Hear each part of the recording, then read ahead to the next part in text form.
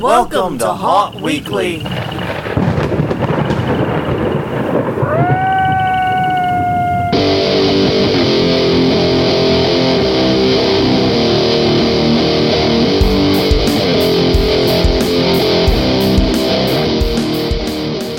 Hello everyone, I'm Jonathan. I'm Crystal. And this is Haunt Weekly, a weekly podcast of the haunted attraction and haunted entertainment industry. And normally here we have a very upbeat and lively intro that just does not feel appropriate this week, unfortunately. No.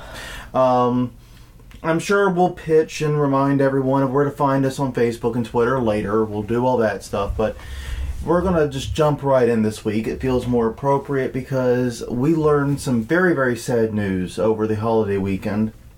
Yeah.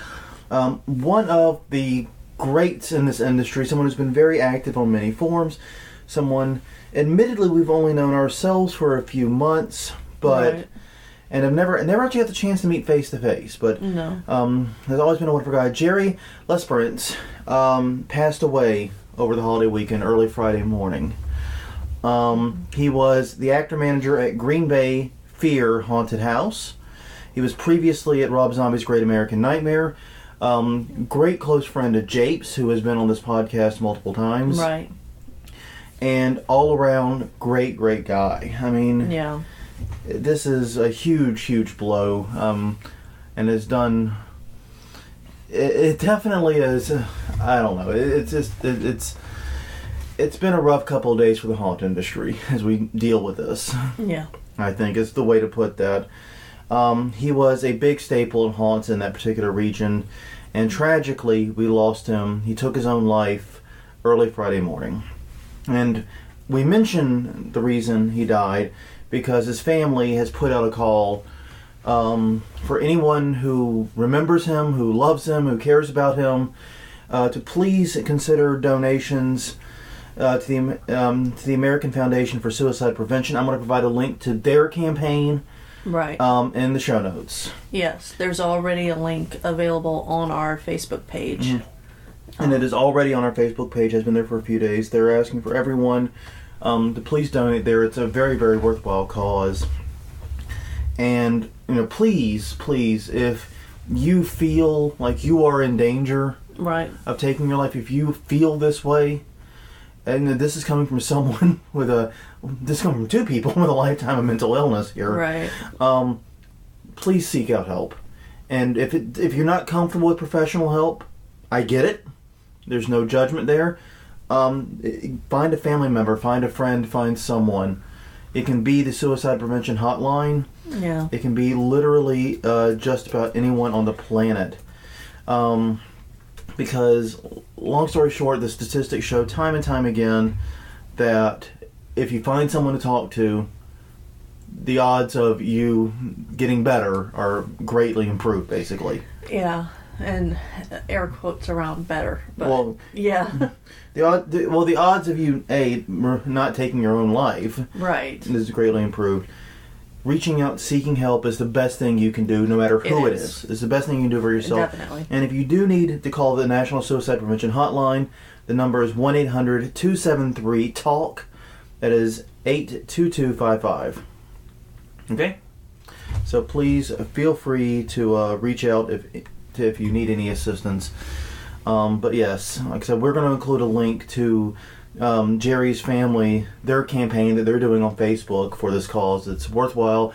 Our household has already kicked in. Yes. And we're encouraging others to do so as well. Right. Jerry, you're going to be deeply missed. Yes. That's all that really can be said about that. So unfortunately, that type of lead-off doesn't lend to transitions, does it? Not really. No. No, not really. So basically, we have other news before we start the news. We do. And it's actually, this is happier news, but it's melancholy in the big scheme of things. But I have been confirmed to speak at 2 sessions for HAuNTcon. Right. Long story short, HAuNTcon, as we've discussed on this podcast, and we'll discuss again in a few minutes, is January 12th through the 15th right here in New Orleans. I will be speaking Friday, January 12th, 3:30 p.m. to 4:30 p.m. on how to make a website that sells your haunt. And then again, on Sunday, January 14th from 9 a.m. to 10 a.m., a talk titled Copyright and Trademark for Haunters. Now, listeners who've been around for a while will know these talk titles sound familiar. Mm-hmm. And that's because I've given these, or very, very similar ones to these before, including at HAuNTcon. The copyright and trademark talk has been given at HAuNTcon. And I think these are the exact two I gave at Halloween and Haunt Fest in Dallas. Right. But they're also updated, and if you haven't been to them, they're definitely worth going to. Yeah, and my honest advice is if you have been to one of these talks before, because of the nature of these topics, things don't change particularly rapidly. Right. You probably can get more new information elsewhere at a different talk. And that's fine, I get that. Thank you for coming the first time. Yes.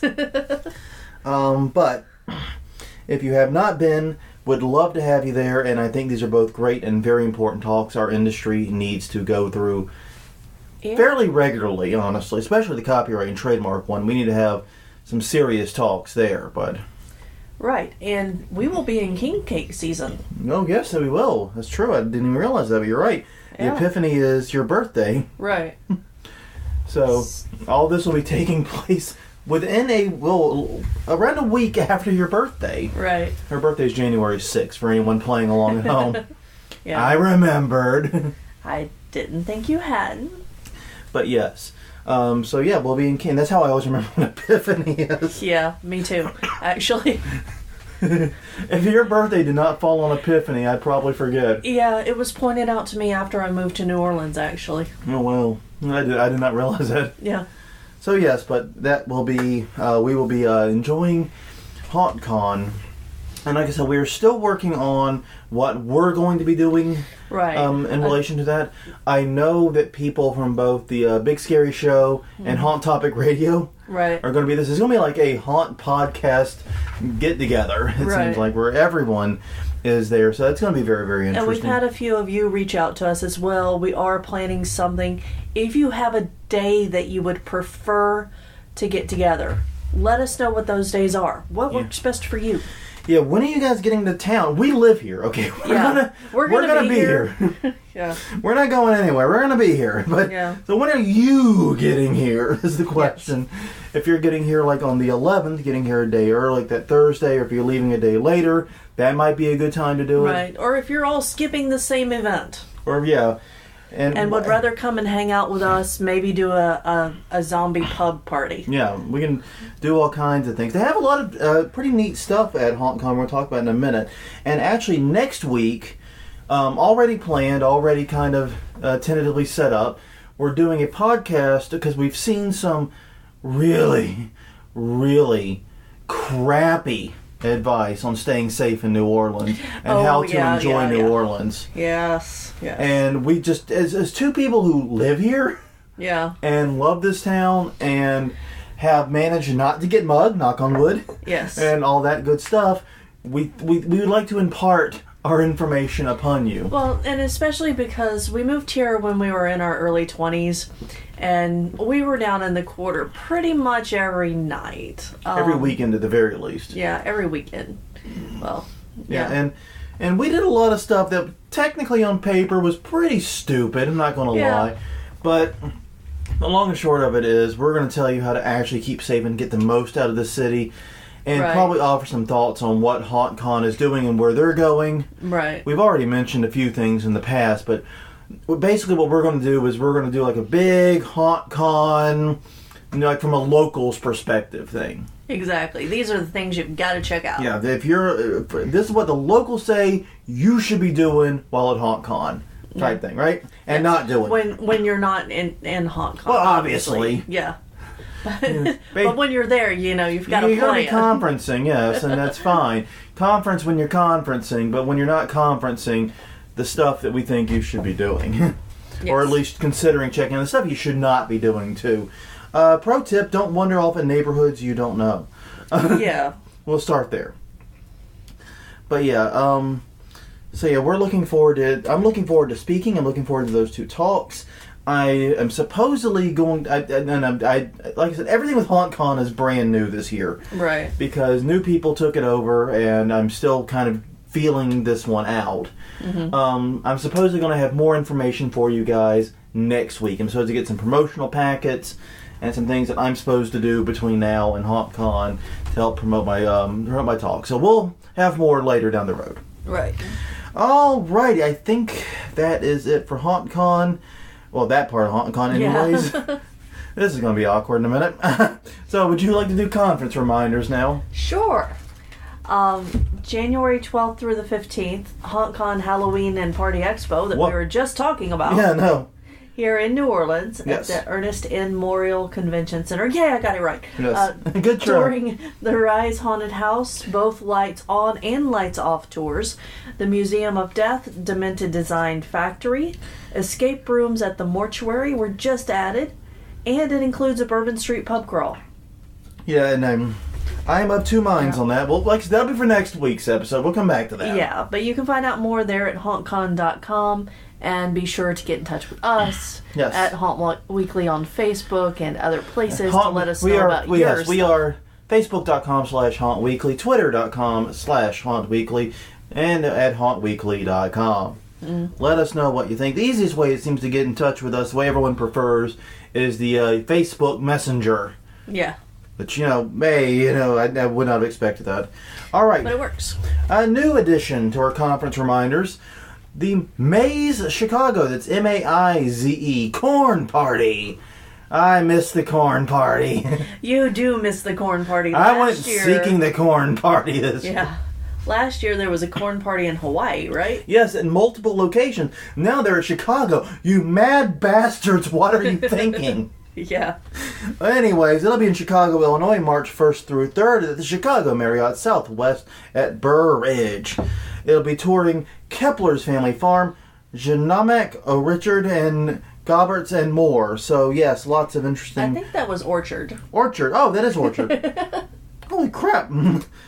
Genomic Orchard. Oh, my God. We are... just type these. I apologize. Goberts and more. Learn more at TheMaze, that's TheMaize.com.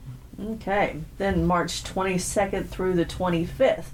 So a couple weeks after the Corn Party, in St. Louis, Missouri is Trans World Halloween and Attraction Show, the America Center, pre-convention bus tour visiting Nashville Nightmare and Talon Falls, and offers a voodoo soiree on Saturday night. Yeah, the voodoo soiree, by the way, I should be clear, it was not clear the way I wrote it, is a separate event.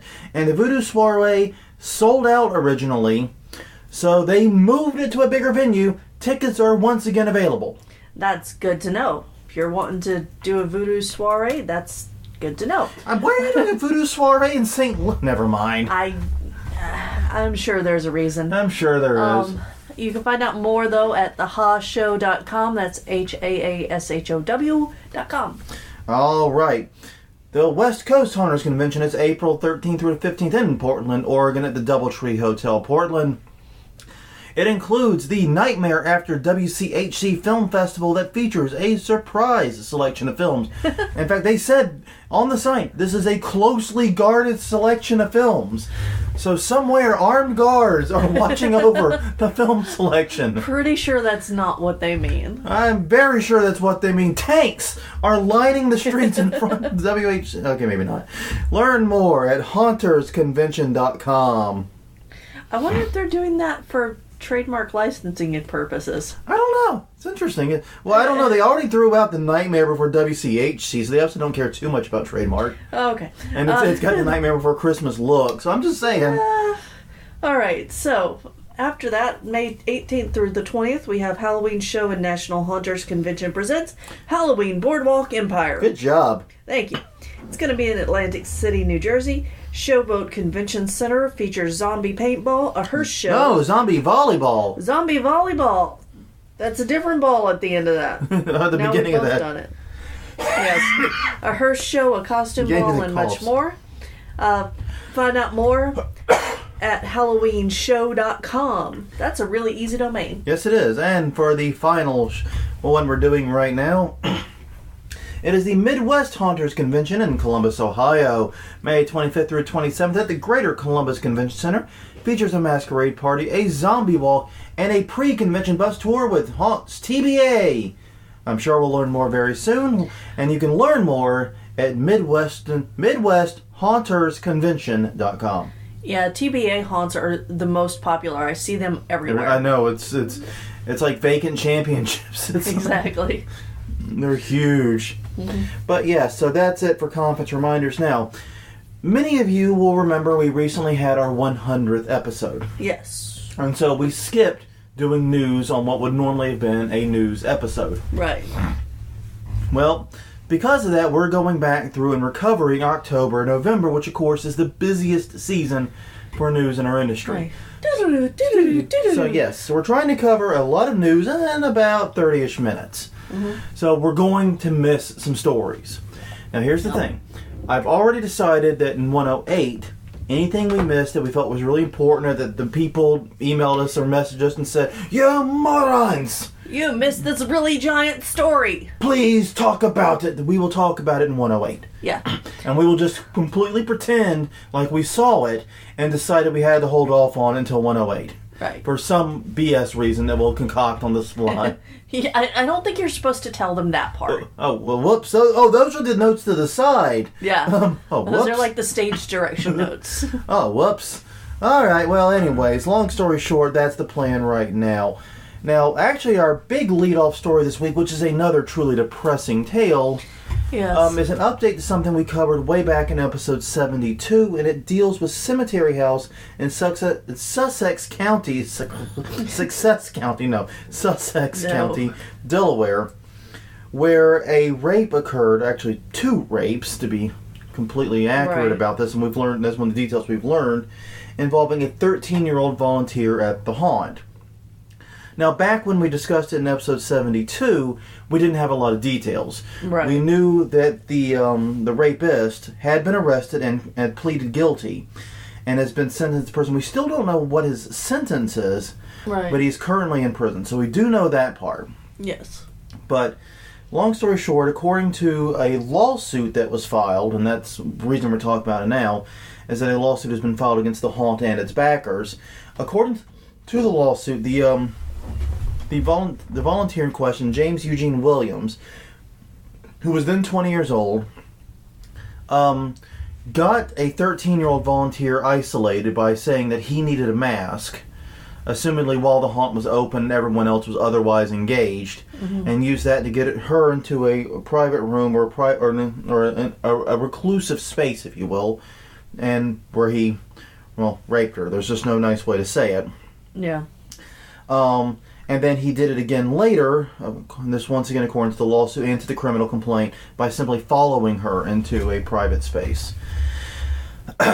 Williams had been convicted of offensive touching in March 2016, and it is unclear if the haunt was aware of that conviction. But yes, that is the main news story in this, is that the haunt is now being sued by family for the victim. Right. Claiming negligence. It's not just the haunt, it's all of the organizations that back it in any way, shape, or form. So, yeah, this is one of those reasons, this is one of those things where it's like, this is why we have to be careful. Not just because people get hurt when we're not careful. That should be reason enough. Yes. But because it also comes back and hurts the haunt. Right. And the whole industry. Yes. And that's what's taking place here. Now, the lawyers involved are asking anyone with information about what happened, what the haunt may or may not have known, to please come forward. They believe the haunt acted with negligence, and like I said, they are seeking damages for that. So, yeah. I can't say I'm surprised by this lawsuit, especially learning the details. Right. Yeah, this is one of those things that we've touched on a few times about how there needs to be broader background checks for people who work in haunts, and also security cameras would have caught some of this, and being able to know where to go if something happens. Yes. A clear direct path to leadership who can do something to help. Yeah. If an unfortunate situation does happen. And this is something we talk all the time on this podcast and elsewhere about the need for security cameras to cover 100% of your haunt. Right. And oftentimes that's interpreted to mean all of the public areas of the haunt, if you will. Yeah. But there is pretty much the same need and the same reason to cover all the actor areas too. Right. If it's not a changing room or a bathroom, yeah, it probably should be covered. Yeah, and it's I'm just gonna what? So go ahead. No. Okay, but it's something where. And no, it will not necessarily prevent something like this from happening. Right. Cameras, I mean, that's one of the things that is true, is that cameras do not prevent crimes necessarily. Right. Especially as we get more and more used to them being there. Right. And more comfortable with the fact that we are being constantly recorded. But they do provide evidence of what happened, and they do provide evidence that the haunt was not being negligent. Right. The haunt was taking these issues seriously. Right. And that, you have proper safety for your actors as well as your customers. Because that's one of the key things that we could do better in a lot of places. Yeah, and we've discussed how actor safety often takes a very, very distant back seat. To customer safety, yeah. And that is something that we can do better as an industry. So, heart goes out to the victim. Yes. The obviously unnamed victim. Yeah. For obvious reasons. And hoping that this is resolved in, I guess, just the most amicable way possible, and that everyone... Yeah. And that the industry learns a lesson from this. That this doesn't happen again, basically, is what I'm trying to say. And hopefully with the minimal amount of continued damage. Yes, exactly. To the victim. Well... Moving on to another story of a damned moron. And by the way, what is up with Delaware? I don't know. Maybe it's in the water. The first story took place in Delaware. This next one takes place in Delaware as well. The Wyandotte, is that anything? Wyandotte JC Haunted House? I don't know how to say that place name. An actor there was approached by police after multiple complaints that he was stalking and harassing people on the streets near the haunted house. Not actually at it. Yeah. But in the neighborhood.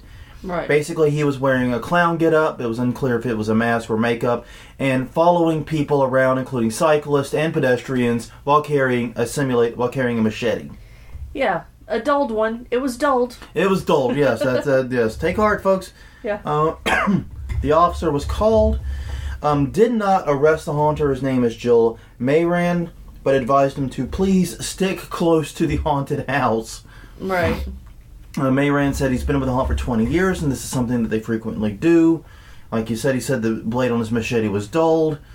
But the haunt did say, and this was one part I did find was interesting, the haunt said that weapons are not allowed inside the haunt, but fake weapons are used by the front of house. Mm-hmm. Fine. Yeah. But said the line workers do not travel beyond the front sidewalk and will ban volunteers to do otherwise. Okay. So what happened to Mayran comes the question. Yes.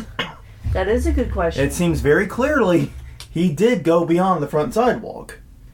I love this quote from the article of someone that was reportedly stalked by him said, "We honestly thought he was a psycho, and then upon learning that he was with the haunted house, it honestly didn't put us at ease at all." Yeah.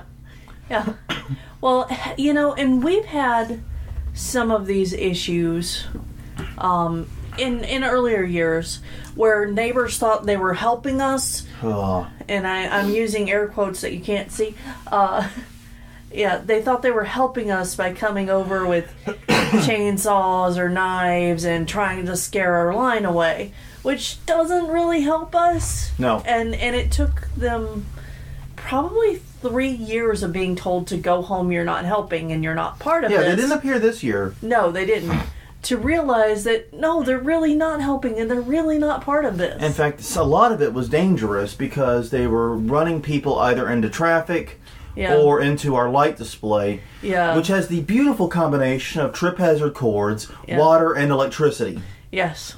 We're the only ones that go in there after it's up. Yeah, we're the only ones allowed in there. And even then, I still face plant at least once per year, I guarantee you. Yeah. I still eat it at least once in my own yard every year. Yeah. Because I forget about a steak or a cord or something. Yeah, we've gotten better about cord placement. Yeah, we've gotten much better over the years. But getting them off the ground and out of the water means that they're more of a trip hazard. Yeah, exactly. There's a win-lose here. We've gotten them more out of the water, which is good. Yes. But then by doing that, of course, like I said, they become basically trip lines. Yeah.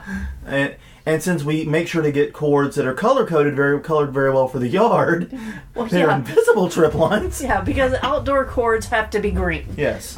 So yeah, it's a mess. But anyways, yeah. I wonder if the ones up north for outdoor cords, and you guys can tell me if they're white for winter, for the ones that are sold in Christmas that you can pick up like 75% off after. Well, I know some of the Christmas lights we've bought, like the Christmas stake light we have, had a white cord. Yes, it did. And I thought that was pretty unusual, but I think you might have just hit upon why. Yeah. What is this thing called snow? I don't know. Tell us, northern people. I don't know because I live at Crystal. Yeah. And Crystal is the ultimate snow repellent. Yes. But anyways, so yeah, that just... I hear about these types of stories, and I'm reminded that we as an industry need to remember just how we are perceived by people not in the industry. Right. And act accordingly sometimes. Yeah. Chasing someone with a machete, or even like lightly following someone with a machete. Right. When they're not on hot grounds and they're not consenting to that experience. Yeah. Not cool. No. Not cool, guys. And I don't think it's getting you any visitors. No. And it's not going to win you any favor or with the community. No. What happens when they go to Open next year and the community says those mad bastards were chasing people with machetes up and down Main Street? Right. Shut them down. Yeah. We've got to learn to curry favor with our communities, guys. We do. That is not how you do it. No. All right. Next up, the Maryland Institute College of Art, or MICA, or Mika? Which would that be? Micah. Had their planned haunted house shut down due to a surprise visit by the fire marshal. And I say surprise visit by the fire marshal because no one in the haunt industry would be surprised. Yeah. Long story short, they had worked over their 5-day fall break to design and build a haunted attraction. They were going to use it as a school fundraiser, but just before opening, the fire marshal paid them a visit, found a bunch of violations, and fixing the violations would have taken far too much money and far too much time, so they just decided to cancel it. They were very, very disappointed. Yeah, and that's not something that's that surprising. I know at the college I went to, they did a theater department, did a haunted house in the basement. Yeah. Which the basement by itself is creepy enough. I don't think that they consulted with the fire marshal on that one either. No. Well, we've seen it here in New Orleans. There was that haunt last year. Yes. The Outlaw show, as I like to refer to it now. Yeah, no kidding. That opened up, and it was a very unusual haunted attraction. I give them points for being one of the most unique experiences I've ever had. Yeah, not sure I can call it a haunted attraction. Exactly. It blurred those lines. But I'm walking through going, fire code, fire code, fire code, fire code. I mean... Fire code. We haven't heard of any stinking fire code. And it was really, really fun. It was not funny, but strange because by sheer coincidence, I ended up on a radio show with the guy who was running it. Right. It was pure the week before. Like a week before they opened. It was a pure coincidence because I was on the radio show to talk about copyright and musicians. I was doing day job stuff. Right. He was there to promote the haunt. Right. So it felt like opposite day. Yes. Opposite day in October. But yeah. Anyways, and I was talking to him and said, "Oh, well, how was the New Orleans fire marshal? How was this? I'm trying to get all this inside info because we didn't do any of that." I'm like, okay, well, we're going to go on one of the early weekends because I don't think we're going to be good. And I was right. Yeah. I think we went the second weekend they were open. I really thought it was the first, but maybe you're right. I know we did not go opening night. No, but I think it might have been second night. It might have been. You might be second night, first weekend. No, I know a way we can look this up later, but it's not important to the listeners. It's not important to the listeners. It's not even really important to us. No, not really. But the point of the matter is, before we could even do our review of it, they were shut down. Yeah. So, and I can't say I'm surprised. No. All right. And happier news. Universal Studios classic Monster Cafe is open again after 2 years of renovation. It is back. The cafe first opened in 1998. It replaced the Studio Stars Cafe, which actually sounds really interesting. But it's been under renovation for the past 2 years, and many were afraid it wasn't going to reopen at all. Right. But it has, and I gotta say, the photos, this is an article from Inside the Magic, it looks amazing. It does. It looks awesome. Like, you see the before photos, and it's like, yeah, that's alright, that's cool. And the after one's like, holy crap, that is awesome. Yeah. Like, I want to eat there now. Oh, yeah, definitely. It features, among other things, busts of famous Universal horror characters, high-resolution artwork from the films, and a lightning show that repeats every few minutes. They have like a ceiling, like one of the, I guess like the Tesla coil type things. Yeah. In the ceiling that's like coming down, and apparently now it is actually doing stuff. Because it was there previously, but it was kind of like an inert steel ball. Right. But now they've made it actually do stuff. It actually has a lightning show. It looks awesome. So if you're in the Orlando area and you missed, Halloween Horror Nights and all that, pay this a visit. This sounds pretty badass to me. It does. It looks really cool. Yeah. We have some more sad news. Even though I was not fully, I was aware of its existence, but I don't think I've ever seen a thing on it. Oh, I have. But anyways, NBCUniversal is burying the Chiller channel. Yeah. Long story short, it was a horror-themed channel. It is still a horror-themed channel, at least for another month or so. But it had been dropped by Cox recently, our cable provider. Not that we get cable from them. No. But it also been recently dropped by Dish, Verizon, and Charter. And because of that, basically NBCUniversal has decided to just end it completely. Yeah. This news will make my brother and my dad very sad. This is where they watched Rare Exports. Oh! Was on Chiller. Really? I did not know this. I'm learning this. And Rare Exports, by the way, if you are looking for a good Christmas horror flick, definitely check out Rare Exports. By the way, we are looking for good Christmas horror flicks. We know about Rare Exports. Tell us about some of your favorites, because we are looking to watch more. We know about Rare Exports. We know about A Christmas Horror Story. Yes. A.K.A. the Drunk Shatner movie. Exactly. Drunk William Shatner is awesome. I just want to say that. Yes. I mean, that is like the best way to experience William Shatner I have found. I think so. I don't think I've enjoyed anything else Shatner, and I'm a Star Trek fan. Yeah. And I don't think I've enjoyed anything else Shatner has done more than that. No. That was truly wonderful and amazing. Mm-hmm. But anyways, back to Jill. What the hell side was that? I don't know. We went on to... we also know most of the Krampus movies. But. Yes. We like the Krampus when it was released in theaters a couple of years ago. And all of the knockoffs. Saint Nick and... well, Saint, also called Sint. Was really good. The one with Goldberg. Oh, Santa's Sleigh. Santa's Sleigh. I actually like Santa's Sleigh. It's a controversial opinion. I actually thought it was a fun movie. It is a fun movie. Considering also, some of the Jack Frost films. Yes. Both of those. We've seen both of those and loved them. Yes. So, if you know of any other outside of that... Yeah, please give us your Christmas horror suggestions. What are you watching? Also, Thanksgiving is great, too, for comedy horror at Thanksgiving.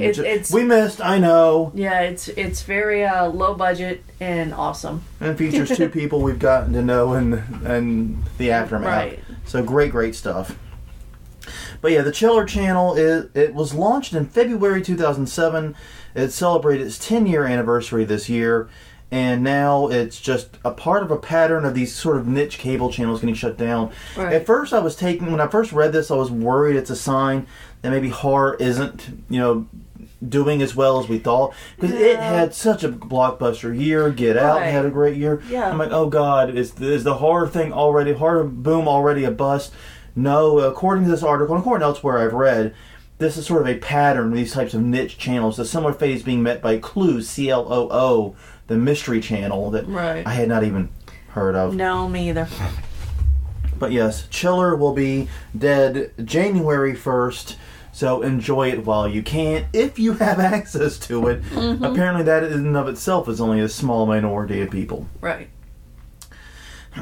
Okay, well, this article I found very interesting. This one was making rounds in all the Haunter forums and groups that we're a part of while we were dealing with their 100th episode. It's by Randy Maniloff in the USA Today, and it's entitled "When Haunted House Visits Go from Goo to Sue." For boo to sue, rather. I don't know. That's one of the worst typos I've ever made in my life. From boo I was wondering about that. From boo to sue, the house usually wins. And here's the thing: that the piece outlines 4 separate lawsuits against haunted houses, and 3 of them were here in New Orleans. Oh gosh! I was like, what are the goddamned odds?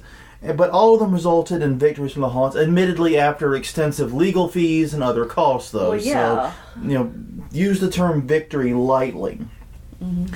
And also, I find it interesting, the article talks about 3 cases from Louisiana and does not mention Napoleonic Code once. No. And that's interesting, because Napoleonic Code, okay, and this is some legal stuff that probably is outside the scope, definitely outside the scope of this podcast, but this is a rambling podcast. Basically, really, 49 states in this nation have what is known as common law. Basically, the law is based upon UK law. Right. Louisiana was, of course, originally French. Its legal code is based upon Napoleonic Code, which, while very similar in many respects, has some very key differences. One of which is that if it ain't written in the damned law, it ain't law in Napoleonic Code. Exactly. So, long story short, with common law, you kind of get this idea that things can kind of become law through judges and common sense and things like that. Does not happen in Napoleonic Code. Nope. Part of the result of that is that we have to vote on every goddamn thing. We do. Which, is not necessarily a bad thing. It gets a little annoying. When you feel like you're being lugged to the polls every 3 months. Yeah, but I'd rather have a say, I think. I mean, but still. They didn't mention that, so I wonder if that played a role in any of these lawsuits. I'd have to go back and really look at the cases, because they were all state cases. Right. None of them were federal. But still, it highlights the point that by paying to be in a haunt, patrons are assuming some degree of risk. That being said, don't get careless. Remember your safety protocols. Remember to build your haunt safely. Train your actors to be safety. Use your security cameras. All that stuff. And here's why. Unsafe haunts are bad for the industry, it's bad for your business, it's bad for the industry as a whole. But also, and this is probably the most important thing, it's still expensive to get sued. It is. These haunts probably spent tens of thousands of dollars on litigation. Can your haunt really survive those types of legal bills? No. Probably not. In fact, I don't know... very many that can. Yeah. Well, I don't know. Depending upon... Skimming the article... At least one of those is already closed down. Yeah. One of the ones from Louisiana. Yeah, the Chinchubas one. That one is Covenant House is... That was Chinchubas, I thought it was. Okay. I didn't think so. I thought it was. Mm-mm. Because I thought Covenant House was behind. Now, granted, we're talking... I don't know. Now we're talking about stuff that happened so long ago we can't remember. Well, yeah, and we actually didn't get to visit them before. No, we didn't, and that's really tragic. But anyways, safety is still good for business, and you don't want to get sued, even if the prospect is you're going to win. Mm-hmm. All right, and another article that made the rounds and ticked off, and this one ticked off a lot of people. Oh my God. Yes, it did. This one's only worth mentioning because of the heat it got. Yeah. I mean, this one got a crazy amount of attention in the haunt forums that we go to. But this is a quote-unquote post-staff report because the author didn't have the guts to put their name on it. You stinky bastard, you. At the New York Post, article was entitled, "Adults Should Celebrate Halloween Without Dressing Up." Fuck you! Yeah. Right off the bat. Yeah. No kidding. The article claims that Halloween should be left to children and adults should not participate. And if they want to participate, they should decorate their house or do a Halloween-themed dessert and get all their ideas from Better Home and Gardens and Good Housekeeping and blah, blah, blah, blah, blah. No, fuck you. Yeah. That's not going to happen. No. I have to dress up. And it's funny because the article mentions that 48% of adults were planning on dressing up. Yeah, because there is adult Halloween. Not only are there people who do haunted houses, like us and a lot of the people listening, Yes. but if you go down to any party city, Yeah. party area, not Party City the store, a city that is a partying city. Like us, like Yes, New Orleans. Exactly. You're gonna see people, adults, in costume, drinking and having a good time. You know? Yeah. And the costumes are awesome over across the river. I get so frustrated by this mentality of Halloween as a kid's holiday. Yeah. That's like saying Christmas is a kid's holiday. Yeah. Or you know what I mean? It's like... Yeah. We really need to go and do that Halloween history episode at some point, yeah. Yeah, because I'm pretty sure that it wasn't originally for kids. In fact, I know it wasn't originally for kids. Exactly. I mean... So it's only gotten to the 4 kids later. Yeah. I don't understand this article and where it came from or why it was written. No. And the mere fact that the person who wrote it didn't have the courage to put their name on it. Yeah. Ticks me off to no end. Stand by your stupid ideas, Mr. Reporter Man. Right. Stand by them. Exactly. Have some conviction. Exactly. If you're going to post stupid crap in a newspaper, on a newspaper's website, say it with conviction. God damn it, man. Oh, this article angered me so bad. And it was so frustrating because like the whole argument was, Halloween is for kids, adults need to grow up. You know what? Maybe if adults acted a little more like kids, we'd have a lot fewer problems in the world. Maybe. I could see that. I'm just saying that maybe if we took things a little less seriously like this, Yeah. we could have a little more fun, a little more happiness, Right. and adults wouldn't be such terrible dicks all the time to each other. That's probably true. I'm just,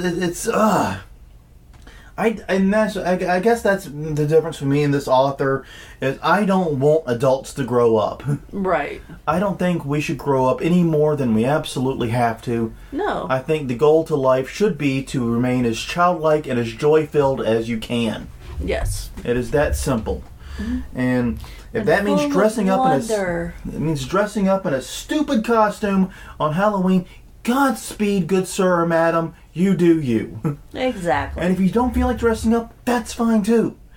If it's not your bag, find some other way.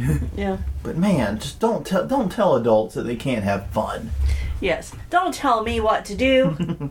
Yeah, screw you. And for proof as to why you shouldn't age out of Halloween, I present the next story. All right. A California teen named Cameron Britt turned his San Diego home into a haunted house to raise money for the American Cancer Society. Yay. Now, the haunt, which this year was called Psycho Motel, was the theme, Right. has been going on for some time. But Britt recently lost his grandmother to sarcoma and decided rather than just doing the haunt for fun, would accept donations for the American Cancer Society. Right. Which is freaking beautiful. Yes, it is. I mean, that is a great thing to do, and the thing is, he's 15 years old.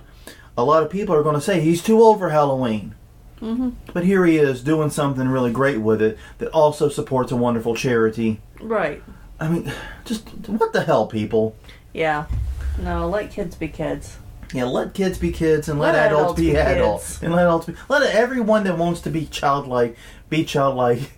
As long as they're paying their bills and being not hurting anyone, let them be responsible. And if they don't want to pay their bills, that's on them. Yeah, it's true too. If they're not hurting anyone, let Yeah. them do what they want to do.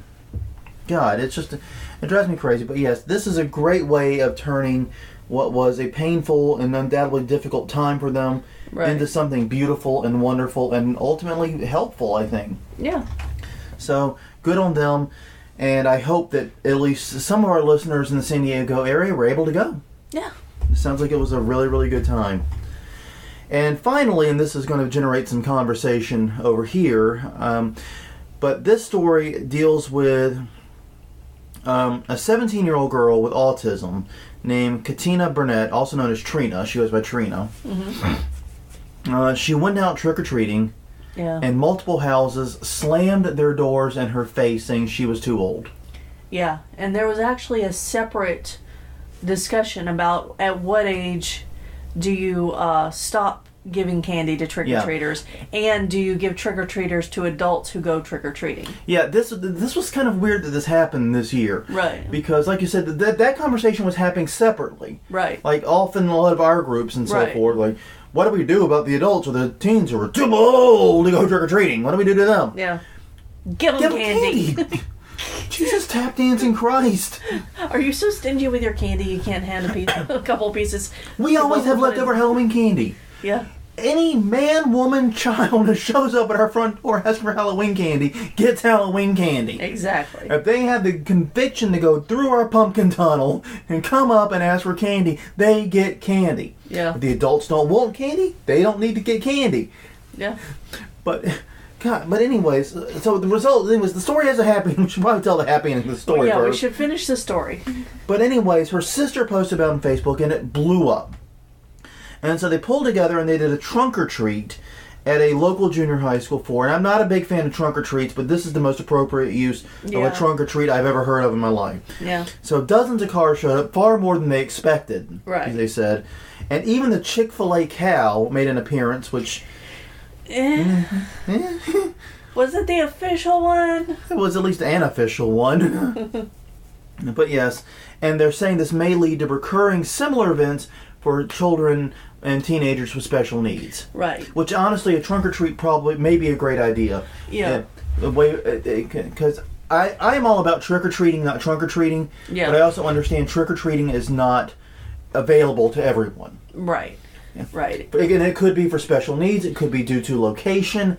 It could, you might be too rural. Yeah. I do know of some haunts that hold special nights for trunk or treat. Yeah. Disabled. Yeah. In various ways.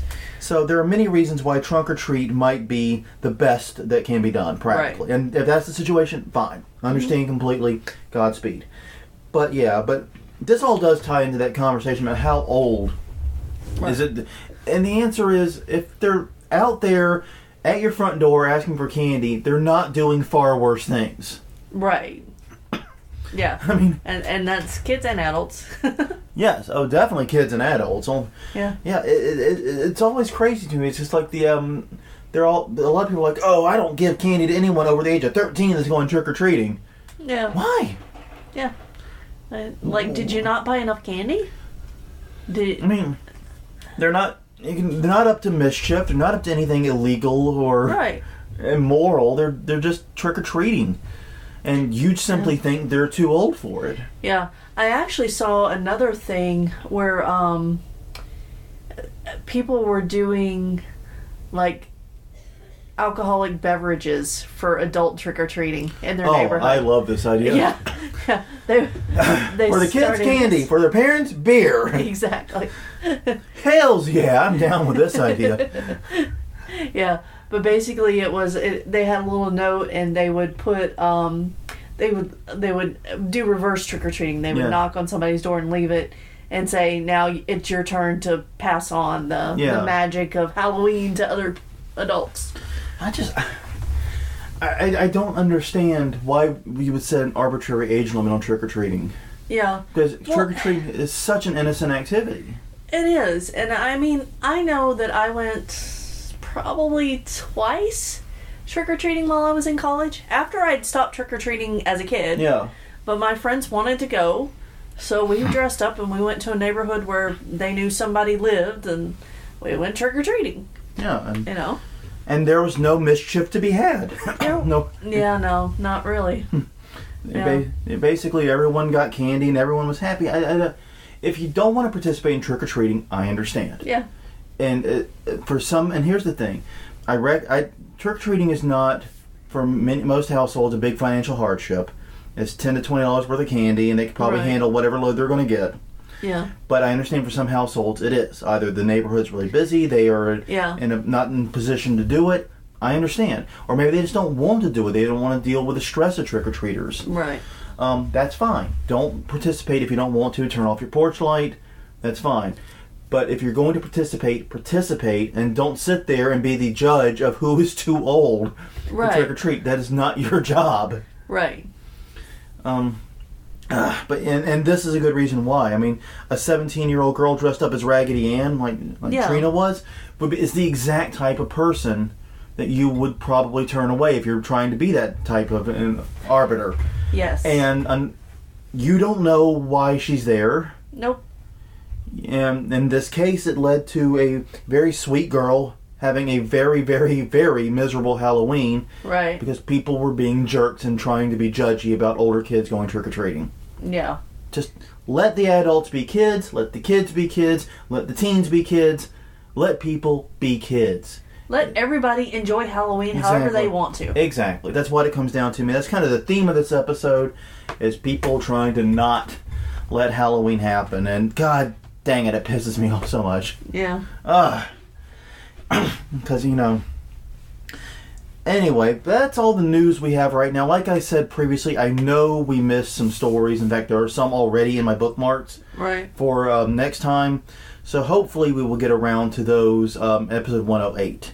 Yeah. Next up in 105, we already said we're talking about New Orleans tips from locals, basically, for HAuNTcon goers. And episode 116, I haven't the foggiest. Give us your suggestions. I'm not really cause a fight there. We are on Twitter at HauntWeekly. We are on Facebook at HauntWeekly. Find us at our website at HauntWeekly.com. Shoot us messages. Give us tips. Let us know what you want to hear. But on that note, everyone, until next time, I'm Jonathan. I'm Crystal. And this has been episode 104 of Haunt Weekly, discussing October-November news. We will see you guys next time.